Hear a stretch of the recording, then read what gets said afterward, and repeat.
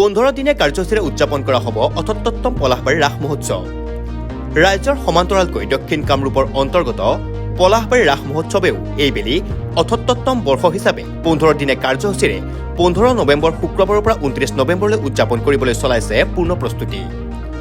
বিভিন্ন কাৰিকৰী পদ্ধতিৰে ৰমক জমককৈ সজাই পৰাই ৮০% কাম আগবাঢ়ি থকা পৰিলক্ষিত হৈছে। এইবেলি ৭৮তম পলাশবাৰী ৰাস মহোৎসৱৰ মুখ্য দ্বাৰ মুকলি কৰিব গুৱাহাটী বিশ্ববিদ্যালয়ৰ উপাচাৰ্য ডক্টৰ ননীগোপাল মহন্তদেৱে। লগতে অন্য দিনৰ সাংস্কৃতিক অনুষ্ঠানত বিশেষ ব্যক্তি উপস্থিত থাকিব বুলি জানিবলৈ দিয়ে। অন্য কেইবেলিৰ দৰে এইবেলিও প্ৰতিদিনে অগণন ভক্তৰ উপস্থিতি কামনা কৰিছে পলাশবাৰী ৰাস মহোৎসৱ উদযাপন সমিতিয়ে। আমাৰ এইবাৰ ৭৮ সংখ্যক পলাশবাৰী ৰাস মহোৎসৱ উদযাপন কৰিবলৈ গৈ আছো। অহা 15 নৱেম্বৰৰ পৰা 29 নৱেম্বৰলৈ আমাৰ ৰাস উদযাপন কৰিম 15 দিনীয়া কাৰ্যসূচীৰে। আৰু এইবাৰ আমাৰ ৰাস মহোৎসৱ উদ্বোধন কৰিব গুৱাহাটী বিশ্ববিদ্যালয়ৰ উপাচাৰ্য মাননীয় ডক্টৰ ননীগোপাল মহন্তদেৱে। আৰু আমাৰ ৰাস মহোৎসৱৰ প্ৰতি বছৰে এখন স্মৰণিকা মেগাজিন এখন আমাৰ প্ৰকাশ কৰি লোৱা হয় ৰাসক্ৰীড়া। সেই ৰাসক্ৰীড়াখন উন্মোচনৰ বাবে আমি নিমন্ত্ৰণ জনাইছোঁ প্ৰাগ নিউজৰ CMD ডক্টৰ সঞ্জীৱ নাৰায়ণ দেৱক। আৰু সেইদিনাখন আমাৰ 15 তাৰিখৰ কাৰ্যসূচীত অংশগ্ৰহণ কৰিব মাননীয় সাংসদ শ্ৰীযুত বিজুলী কলিতা মেধি ডাঙৰীয়ানী। মন্ত্ৰী পৰ্যায়ৰ হিচাপে উপস্থিত থাকিব পলাশবাৰী সমষ্টিৰ মাননীয় বিধায়ক শ্ৰীযুত হেমাংগ ঠাকুৰীয়াদেৱ। ইয়াৰ উপৰি উপস্থিত থাকিব সদৌ ছাত্ৰ সন্থাৰ ভাৰপ্ৰাপ্ত সাধাৰণ সম্পাদক সৰ্জন হাঞ্চি ডাঙৰীয়া। DC ছাৰ উপস্থিত থাকিব, SP ছাৰ উপস্থিত থাকিব কামৰূপ। ইয়াৰ লগতে উপস্থিত থাকিব আমাৰ পলাশবাৰী পৌৰ সভাপতি আৰু আমাৰ চক্ৰ বিষয়া মহোদয়। ইয়াৰ উপৰি আমি সেইদিনাখনৰ কাৰ্যসূচীত আমাৰ শিল্পী সম্বোধনা এটা কাৰ্যসূচী থাকে।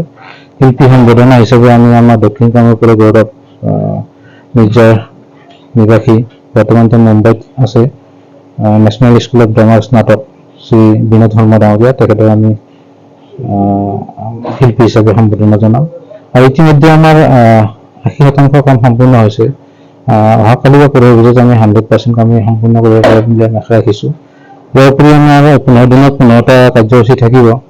আৰু ২৭ নৱেম্বৰ তাৰিখে আমাৰ মাজত উপস্থিত থাকিব কৃষিমন্ত্ৰী অতুল বৰা ডাঙৰীয়া। আৰু 29 তাৰিখ সামৰণি অনুষ্ঠানত উপস্থিত থাকিব BTR প্ৰধান শ্ৰীযুত প্ৰমোদ বড়ো ডাঙৰীয়া আৰু আমাৰ কেবিনেট মন্ত্ৰী শ্ৰীযুত অশোক সিংঘল ডাঙৰীয়া। তেনেকৈ আমি 15 দিনত 15টা কাৰ্যসূচী ৰাখিছোঁ। আমি আপোনালোকৰ যি নিৰ্ণয় মূৰ্তি কলাকৌশলী ক'ৰ পৰা আনিছে? আমাৰ নিৰ্ণয় মূৰ্তি বনাই আছে আমাৰ সদৌ কলিকতাৰ পাৰ্টি এটাই। ইয়াৰ উপৰি আমাৰ ৰভাৰ কাম কৰি আছে নগাঁৱৰ পাৰ্টীয়ে। আৰু আমাৰ গেটৰ কাম কৰি আছে, মুখ্যতৰণৰ কাম কৰি আছে নগাঁৱৰে পাৰ্টি। এনেকৈ আমাৰ স্থানীয় শিল্পী আমাৰ মুখ্য মণ্ডপৰ কাম কৰি আছে, ষ্টলসমূহৰ কাম কৰি আছে আমাৰ নগাঁৱৰে পাৰ্টি এটাই। আমাৰ মুখ্য মণ্ডপ আৰু বৃন্দাবনক বাদ দি আমাৰ 40টা ষ্টল আছে।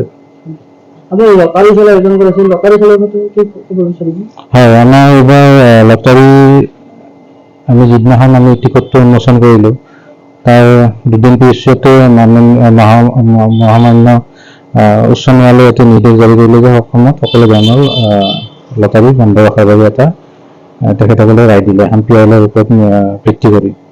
ইয়াৰ পিছত আমি এই পিয়লখনৰ হেৰিৰ কাৰণে আমি এখন আবেদন জনালোঁ যে আমি তাৰ উত্তৰ বিচাৰি। তাৰপিছত তেওঁলোকে আমাক ৰায় দিলে যে আপোনালোকে আমি যিখিনি আমি অকল লটাৰীৰ পৰা আমি কি কাম কৰোঁ, তো গঠনমূলক সামাজিক কাম আমাৰ সেই লটাৰীৰ পৰাই হয়। আৰু আমাৰ এটা প্ৰায় ২.৫ কোটি টকা বাজেটেৰে আমি এটা মন্দিৰ নিৰ্মাণ কৰি আছোঁ। গতিকে সেই আটাইবোৰ দিশ চালি জাৰি চাই মহামান্য আদালতে আমাক ৰায় দিলে যে আপোনালোকে যিটো নিষেধাজ্ঞা আছিল লটাৰীৰ ওপৰত সেইটোত আমাক পাৰ্মিশ্যনটো দিলে যে আপোনালোকে চৰকাৰৰ পৰা অনুমতি লৈ পেলাই আপুনি অনুষ্ঠিত কৰিব পাৰিব।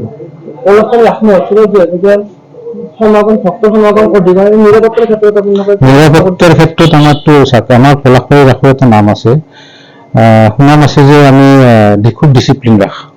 তো আমি এই ক্ষেত্ৰত আমি সদায় সচেতন। আৰু আমি পলাশবাৰী ৰাস মহোৎসৱে ভক্তপ্ৰাণ ৰাইজত যাতে কোনো ধৰণৰ অসুবিধা নহয় তাৰ কাৰণে আমি ভাৰত স্কাউট এণ্ড গাইডৰ পৰা স্কাউট থাকিব আৰু পুলিচ প্ৰশাসন থাকিব, আমাৰ নিজৰে ভলেণ্টিয়াৰ্ছ থাকিব, প্ৰায় 200 ভলেণ্টিয়াৰ্ছ থাকিব। তো যিখিনি আমাৰ ভক্তপ্ৰাণ ৰাইজ আমাৰ ইয়াত উপস্থিত হ'ব তেওঁলোকে যাতে সকলোখিনি সুবিধা পায় তাৰ আমি সম্পূৰ্ণ ব্যৱস্থা ৰাখিছোঁ। আমি দুটা মূলতে দুটা পাৰ্কিঙৰ ব্যৱস্থা প্ৰতি বছৰে এইবাৰো আছে। ইয়াৰ উপৰিও টয়লেট প্ৰস্ৰাৱগাৰ এইবোৰ আমি ব্যৱস্থা সুকীয়াকৈ ৰাখিছোঁ। চিচি কেমেৰাৰ ব্যৱস্থা ৰাখিছে চিচি কেমেৰাৰ ব্যৱস্থাটো আমাৰ থাকেই।